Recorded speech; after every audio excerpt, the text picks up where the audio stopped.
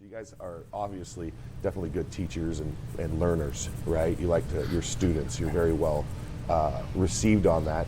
Today, you've tried to crack this problem of veterans trying to get into a home and defending what they have really put their lives at risk for to come back and get, which is those benefits. Maybe there's a veteran out there that's listening right now that's like, how many days am I supposed to have before I can qualify for a veteran, situation? VictoryBase, is it VictoryBase.com? Is that your guys' website? That's it. Yeah. Right? Am I saying that? Yeah. So yeah, VictoryBase. So Justin, tell me a little bit about, let's see. Tom, you founded VictoryBase. Why don't you tell me what the premise for was, and then we'll go from there. Yeah, no, so I can remember I was actually in Beaufort, South Carolina, and I received orders to move to Beaufort. So I had to make the decision.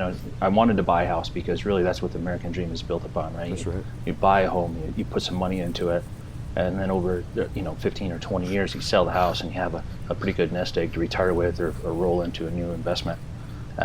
So I wanted to do that, but I also knew that I was only going to be in Beaufort for 2 or 3 years, maybe 4 at the most. And generally, when you do that, you really don't break even on the transaction cost, meaning you have to pay for the title and all the insurance costs up front, and you have the VA funding fees, 2.5%. You have realtor fees when it's time to sell. All of those expenses are really just tacked into the loan in many cases, and it really makes it hard to appreciate and see that a value that our civilian counterparts who stay in the same home for 15 years are really able to appreciate and see. And so I wanted to come up with a new way to do this. And obviously the other option is to rent, right? And that's just throwing money away. So we really wanted to come up with a way, and I was thinking about how this could potentially work. So, the 30,000 foot view on it is you get a company, you put a whole bunch of houses inside the company itself. And so then when a military member moves into one of our houses and then they move out, another military member can move right in behind them. And now we don't have to hire any realtors, we don't have any transaction costs, so we eliminate all of that expense. And really that's kind of the cornerstone. And instead of just owning the home directly though, what they do is they actually then buy shares of the company itself.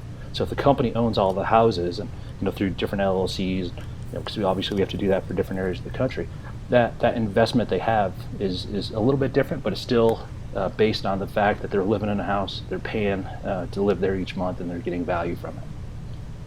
And so you'll have places in areas that they'll be able to peruse and get involved into a home. So like say you're deploying into Salt Lake City, here there's a grid of this many places that you can look into with your investment. Is that right? Something like that? Yeah, so that's Hill Air Force Base, right? So we're right. Also building at Luke right now, Air Force Base. We've got another one down in the Panhandle over by Tyndall.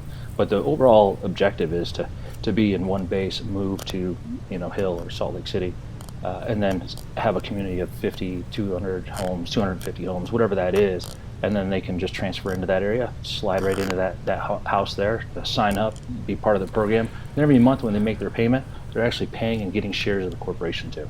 And so they hold on to those shares over time, and that's the investment.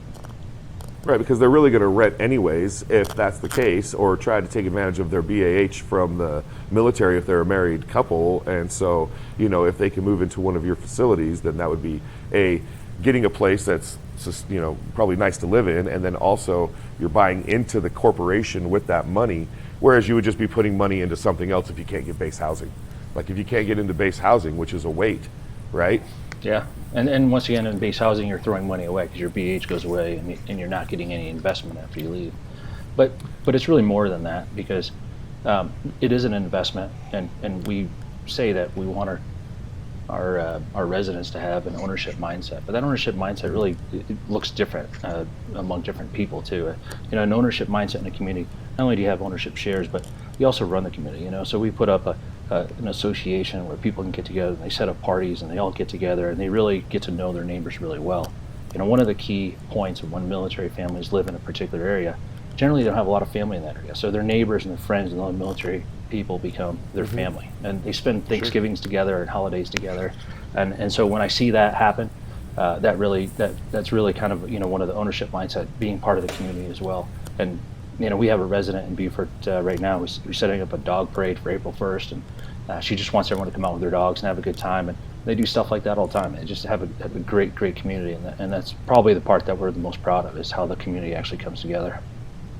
That's awesome. And how did you two wind up coming together, since you are from, two separate branches? And were you guys friends prior, or did you reach out to Tom? How did you, Justin, become the Vice President of Development for VictoryBase?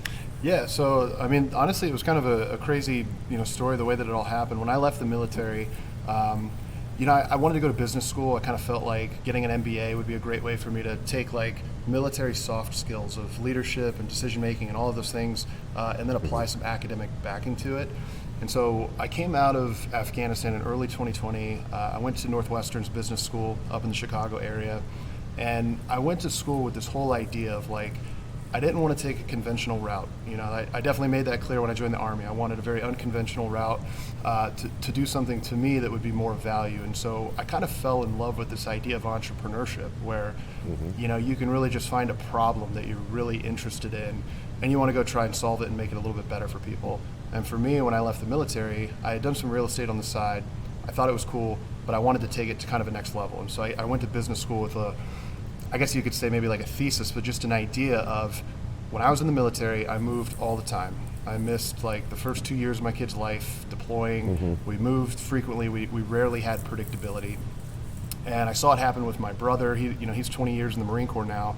Him and his family are moving all over the place. People that I cared a lot about were just always like on the go, renting, feeling like they were never really getting ahead. And so I went to school and said, this is like a big problem, but this would be a very cool thing to kind of commit like the next chunk of my life to. And so I went into school, and I needed to learn the finance. I needed to learn the real estate stuff. But through that whole journey, I was actually able to get involved with this year-long entrepreneurship program that was founded and backed by Sam Zell, a big real estate magnate, businessman, who did really, really well. And through that program, I actually got connected with VictoryBase because a friend of mine, another Green Beret, I think he saw a post on LinkedIn, and he was like, hey, there are these very small group of guys down in Texas that are doing this. They've got some traction. They're underway. They've figured out a way to kind of solve the issue. And it was through this whole concept of people can live in the homes. They can, in many ways, kind of look like a renter, but they're actually owners. They're owners of the company, and they take this ownership mindset.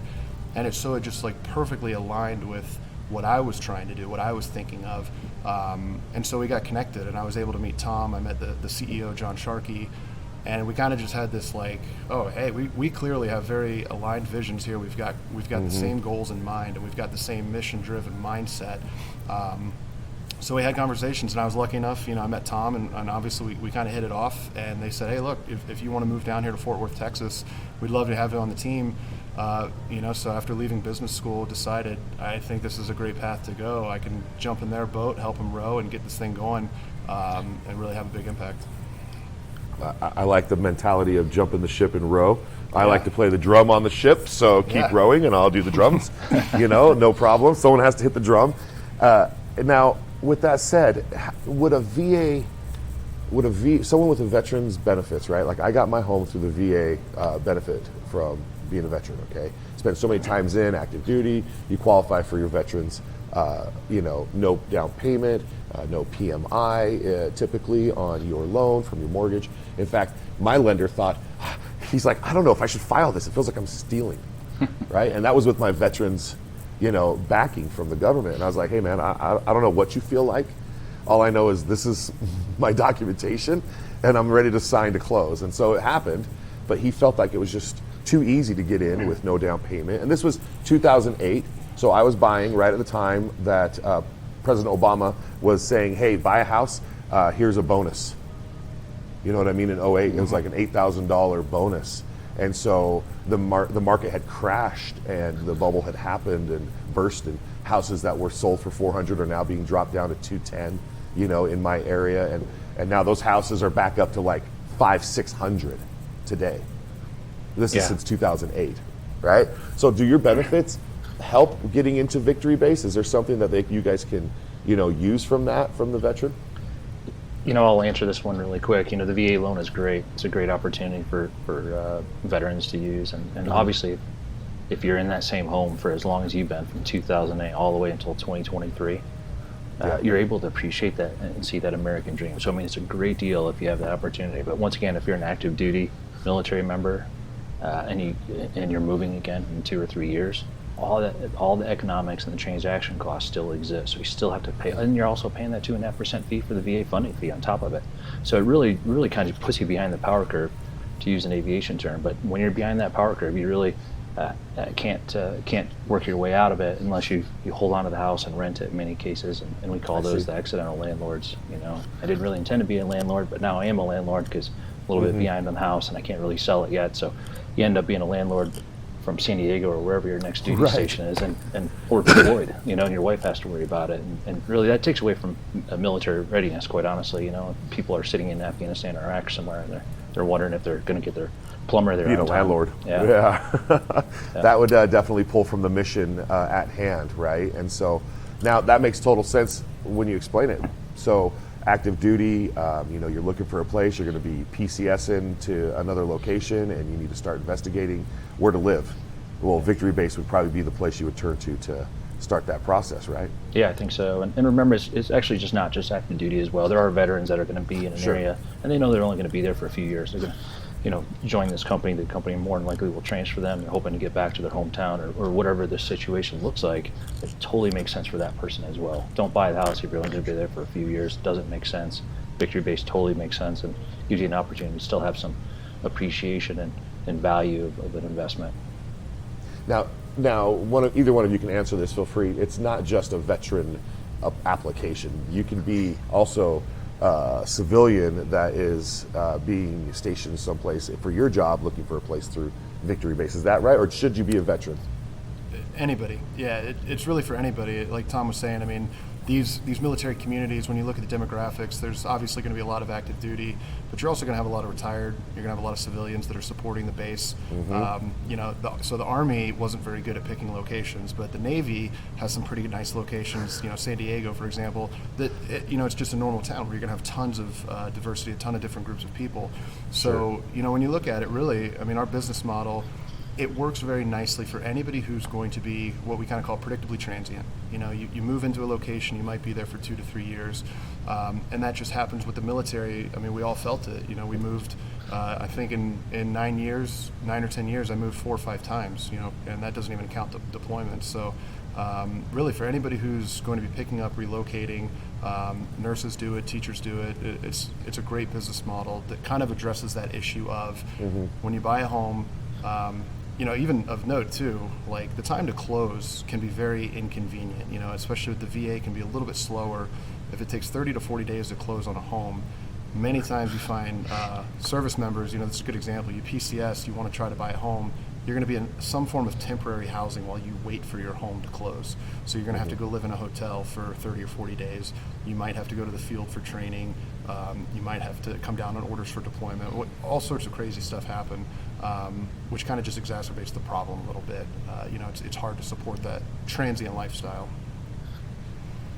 So you should probably go talk to the first sergeant before you go buy something really expensive and make sure that you're not deploying into the field in the next 40 days. So when I started the Q course, and I'm not beating my chest, but everybody knows the attrition rates are high. You go through selection, you're going to take 30 to 40%, and then you start the qualification course, and every 2 months you're going through a different phase, and so people are just trickling out as they either fail or quit or whatever. And so from day one, you're going to be at Fort Bragg for 2 years, and they're just like, do not buy a home, because you're gonna go to the field and quit, and then you're gonna be stuck with a house that you don't know what to do with. And so unfortunately, like when I was at Bragg, I would have loved to have bought a home. I was confident in myself. I felt confident I was gonna make it through, but I was a renter that entire time, just feeling like every month, man, this sucks. I'm just like trashing money on rent. I'm totally qualified to buy a home. I'm totally capable. I know I'm credit worthy. I've got the VA loan. I've got all this stuff. But life circumstances prevented me from getting that access to equity, which was a little bit of a price to pay for what I wanted to do. But there's a better way. There's a better way.